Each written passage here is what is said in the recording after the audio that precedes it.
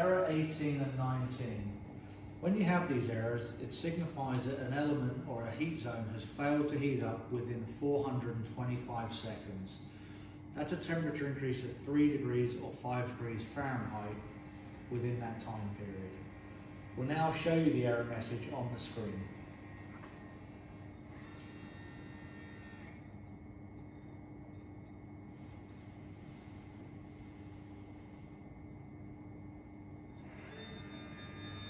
So when you have an error 19R, that means that the grill plate on the rear has failed to gain temperature. After the letter, or after the number, sorry, stop that. Okay. When you see the alarm 19R, the R stands for the rear element, and 19 stands for the grill plate. If you have error 18R, that would be the rear platen. After each code, it will tell you the zone. So now we have 18R. As we cycle through it, you'll see various other numbers. Whatever the combination, that's the area that you would focus on.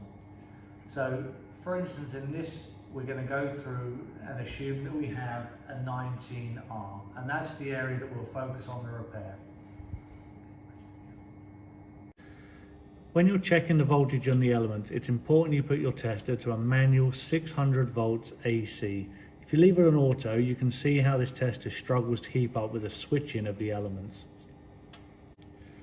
You can see I've now changed my tester to a 600 volts AC range. You can now see how the voltage pulses to the element.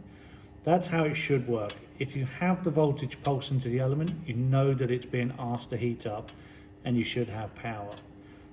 Okay. So this error message was a 19R. 19R is a rear element. So what we're going to do is check the element to see if we're getting voltage.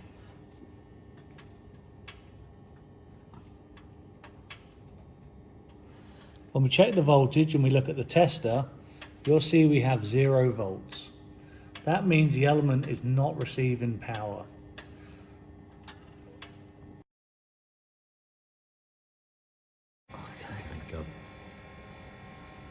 Okay, we're now testing the rear element and we can see that we have voltage present from the tester.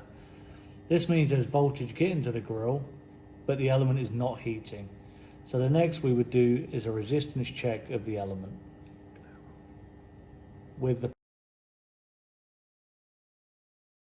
the power off and the grill disconnected, we're now going to check the resistance of the element. To do that, we're just going to take it straight from here and to the other terminal. We can now see we get 11.9 ohms. The resistance of these elements can be anywhere from 11 up to 33 ohms depending which element you're testing. On the middle and the rear element, 11.9 is correct.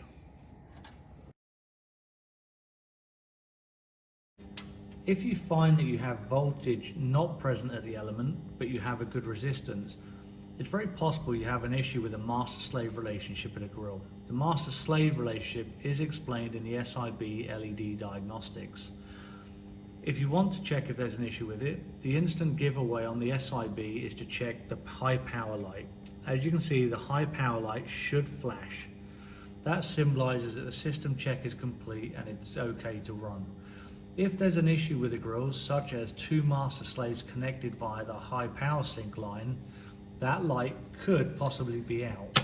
If it's out, you'll have this situation where you'll have no LED flashing, and what happens in this scenario is when you press the power on to run the grill, you may find one of the heating elements may not heat. Sometimes it will, sometimes it won't.